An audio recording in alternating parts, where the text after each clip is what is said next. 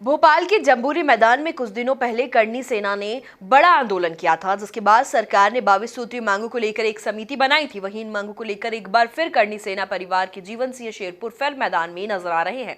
उन्होंने भाजपा सरकार को खुला चैलेंज दे डाला और खुद भाजपा को वोट नहीं देने का ऐलान कर दिया।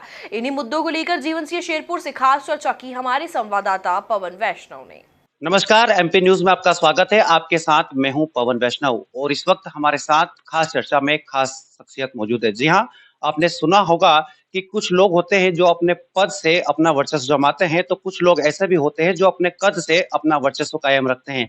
एक ऐसे ही व्यक्तित्व के धनी हमारे साथ राजपूत करनी सेना परिवार के जीवन सिंह शेरपुर जी, जो अपने पद से नहीं बल्कि अपने कद से जाने जाते हैं। आज मध्य प्रदेश में लाखों युवा इनको फॉलो करते हैं और इनकी एक आवाज पे इनके साथ खड़े होते हैं। आइए चर्चा करते हैं ठाकुर जीवन सिंह शेरपुर जी से और जानते हैं कि किस प्रकार से सवर्णों के साथ ये भाजपा सरकार छलावा कर रही है, किस प्रकार से भाजपा को लेकर आप में खासा आक्रोश है। आज देपालपुर की सभा में आप गए थे और भाजपा के प्रति आपका जो आक्रोश था मन में, वो आपने निकाला भी है। पहले तो आप सभी को जय सिया राम, जय माता दी।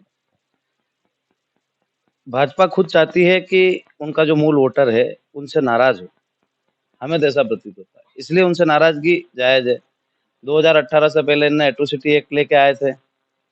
एट्रोसिटी एक्ट आने के बाद जब सुप्रीम कोर्ट ने निर्णय दिया कि इसमें जांच की आवश्यकता नहीं है, मतलब जांच होनी चाहिए पहले भारतीय जनता पार्टी ये निर्णय लेके आई थी कि बिना जांच के गिरफ्तारी होना चाहिए। फिर हम कोर्ट में गए, कोर्ट ने कहा नहीं, पहले जांच होना चाहिए फिर गिरफ्तारी होना चाहिए। उसके बावजूद भी भारतीय जनता पार्टी ने अध्यादेश लाके उस निर्णय को पलटा, जनरल और ओबीसी के खिलाफ एक बड़ा निर्णय लिया बिना सोचे समझे। आज देश की 72% जनता पर बिना जांच के मुकदमा होता है। वैसे ही हम सब लगातार आंदोलनरत थे, उस समय भी हमने आंदोलन करे।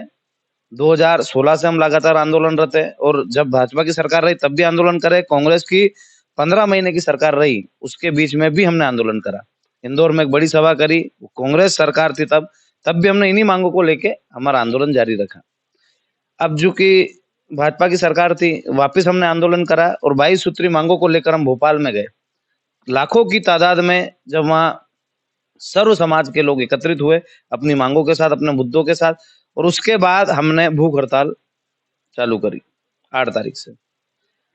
तब 11 तारीख को आकर भारतीय जनता पार्टी के नेता, जो कि हमारे स्वजाति बंधु भी है, अरविंद सिंह जी भदौरिया, वो हमारे पास आए और उनने कहा कि हम 22 की 22 मांगे नहीं मान सकते, कुछ हमारे बस की नहीं है। इनमें से कुछ मांगे ऐसी है जो केंद्र के द्वारा की जाएगी। तो हमने कहा कि केंद्र में आपकी सरकार है कि नहीं, हम राज्य, अभी जो निर्णय है हम उस राज्य की जो मांगे है उन्हीं पे ले सकते हैं कि जो राज्य के अधीन आती है मांगे। तो उन्होंने फिर हमने कहा कि आप बताइए इसमें से कौन सी देख के कि आप कौन सी पूरी कर सकते। तब उन्होंने 18 मांगों का उनमें जिक्र करा कि इन 18 मांगों को हम पूरा कर देंगे। आए, हमारा अनशन तुड़वाया और लिखित में हमको आदेश दिया कि आपको 2 महीने में आपकी 18 मांगे पूरी कर दी जाएगी। मौखिक भी कहा उनने, उनका वीडियो भी है हमारे पास कि 18 मांगों को 2 महीने में पूरा कर दिया जाएगा। तब हमने कहा कि 2 महीने में पूरी होना चाहिए, वरना भाजपा सरकार के खिलाफ वोट करेंगे, हम भाजपा का बहिष्कार करेंगे। फिर भी हमने 1 महीने का समय उनको एक्स्ट्रा दिया कि नहीं, 2 महीने में आपसे पूरी नहीं होती है तो 1 महीना हम आपको दे रहे हैं, 3 महीने में भी आप इनको पूरा कर देना। 3 महीने नहीं, 4 महीने पूरे होने आए हैं, पर अभी तक भारतीय जनता पार्टी ने कोई मांग पूरी नहीं करी, नहीं उस पर कोई निर्णय लिया, नहीं उस पर कोई विचार विमर्श किया। जब कमेटी नहीं बनाई, आपने कमेटी बनाई नहीं तो आप उसको पूरा कैसे करोगे, उस पर कोई विचार विमर्श नहीं किया। तब हमने भारतीय जनता पार्टी का बहिष्कार करने का मन किया और मैंने वैसे भी मंच से कहा है कि मैं तो भारतीय जनता पार्टी को वोट नहीं करूंगा। और आपको लगता है कि भारतीय जनता पार्टी ने हमारे साथ विश्वासघात किया है, हमारे विचारों को, हमारी विचारधारा को दबाने का प्रयास किया है, या हमें आपस में लड़ा भिड़ा के, दूर करके, षड्यंत्र करके, जो भी माने अपन अपने आंदोलन को खत्म करने का काम किया है, तो भारतीय जनता पार्टी को कोई वोट न करे। शेरपुर जी, आपने देपालपुर की सभा में कहा कि हम भाजपा को वोट नहीं देंगे, लेकिन कांग्रेस भी खुश ना हो के हम उनको वोट दे देंगे। क्या नया दल बना के आप राजनीतिक मैदान में आने का कोई संकेत दे सकते हैं? नहीं, अभी क्या चल रहा है कि जैसे कि भारतीय जनता पार्टी का विरोध होता है तो कांग्रेस वैसे ही खुश हो जाती है कि इनको वोट नहीं करेंगे मतलब हमको करेंगे। कुछ लोग हैं जो भारतीय जनता पार्टी से ही रिलेटेड है, वैसे अधिकतर लोग हमारे साथ भी जुड़े हुए हैं। भारतीय जनता पार्टी से जुड़े हुए लोग हैं, कुछ कांग्रेस से जुड़े हुए भी लोग हैं। हमारे लोगों को छोड़ के बात कर रहा हूँ मैं। कुछ लोग ऐसे होते हैं जो अलग-अलग तरीके से एक प्रोपेगेंडा चलाते हैं, जैसे कि नोटों का चला दिया बीच में, कि नोटों को वोट डालें। हम नोटों को वोट नहीं करेंगे। या तो हमारे प्रत्याशी उतारेंगे या फिर जो दल राजनीतिक भारतीय जनता पार्टी के अलावा है, उनको हमने सबको हमारी मांगे भेज चुके हैं कि आपके मैनिफेस्टो में हमारी जो 18 सूत्री मांगे जो भारतीय जनता पार्टी ने वादा किया था हमसे, यदि वो भी आप पूरा करते हो सरकार में आने के बाद और आप आपके मैनिफेस्टो में लेते हो तो हम आपके साथ आएँगे। आप हमेशा से आर्थिक आधार पर आरक्षण की मांग करते आए हैं, लेकिन सरकार ने केवल एक ईडब्ल्यूएस के नाम पे आर्थिक आधार पर आरक्षण दिया है, जो कि काफ़ी पर्याप्त नहीं है। आगे क्या कदम होंगे इसको लेकर? नहीं, हम तो लगातार यही मांग कर रहे हैं कि आर्थिक आधार पे आरक्षण हो। आर्थिक आधार पे आरक्षण का मतलब ये नहीं है कि किसी एक जाति या एक वर्ग का आरक्षण छीना जाए। हम ये चाहते हैं कि सारे गरीबों को बराबर एक लाइन में रखा जाए, ताकि गरीब कोई भी हो, कोई सी भी जाति का हो, उसको आरक्षण मिले। एसपी, कलेक्टर या नेताओं के बेटे जो आरक्षण का लाभ ले रहे हैं और अपने ही परिवार के, अपने ही स्वजाति बंधुओं का शोषण कर रहे हैं, वो बंद हो जाए, ताकि जो गरीब हो उसको आरक्षण का लाभ मिले। और हम चाहते हैं कि इस आरक्षण की संपूर्ण व्यवस्था आर्थिक हो। आने वाले दिनों में मध्य प्रदेश में विधानसभा के चुनाव है। कांग्रेस भाजपा दोनों ही दल ये चाहते हैं कि सवर्णों को साधें और अपनी सरकार बनाएं। आपने तो स्पष्ट अपना बयान आज दे दिया है। इसके पूर्व भी आपने हमेशा, जब भी भाजपा सरकार ने आप पर कोई आरोप लगाया या आपकी बातें नहीं मानी, तो आपने भाजपा सरकार को कोसा भी है। क्या समीकरण होंगे? कांग्रेस के कई, भाजपा के कई लोग हैं जो कांग्रेस में जा रहे हैं। हाल ही में पूर्व मंत्री दीपक जोशी भी, जो कि पूर्व मुख्यमंत्री के बेटे रहे हैं, वो अब कांग्रेस में चले गए हैं। कितना भाजपा को कितना नुकसान होगा इससे? पुरानी भारतीय जनता पार्टी जैसी थी वैसी रही नहीं है।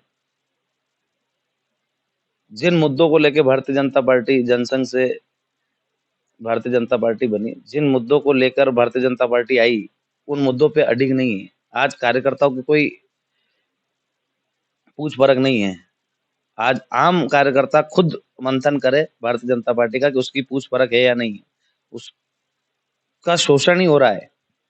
कहीं न कहीं कोई इधर का दल का उधर आ जाता है। आज अब राजनीति की कोई आप कल्पना ही नहीं कर सकते, कल कौन भाजपा में था, कौन कांग्रेस में आ जाएगा, कब कांग्रेस का भाजपा में चला जाएगा, ऐसा तो दौर चल रहा है।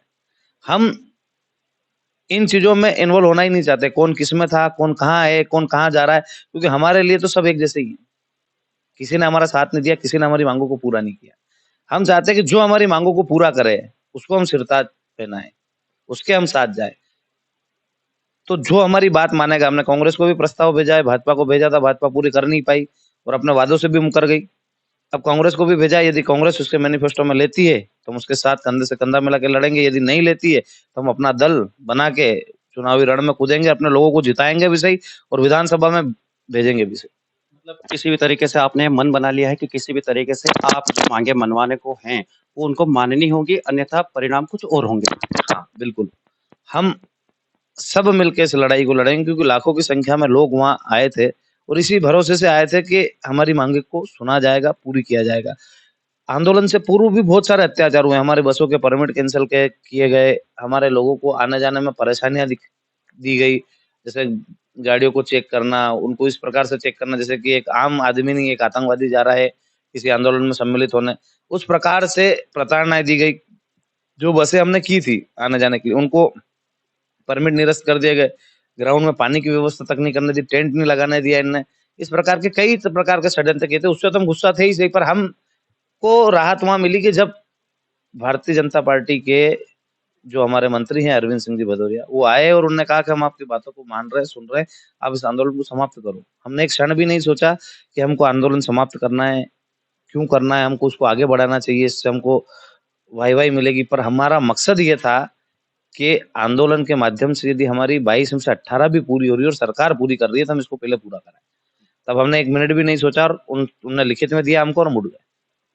तो सिंह जी, सामाजिक क्षेत्र में कई दल ऐसे होते हैं जो काम करते हैं, कई संगठन होते हैं, चाहे वो किसी भी समाज का हो, हर समाज का अपना एक संगठन होता है, लेकिन युवाओं की एक फौज स्वर्ण समाज में आपके पीछे बिना सोचे समझे चलती है।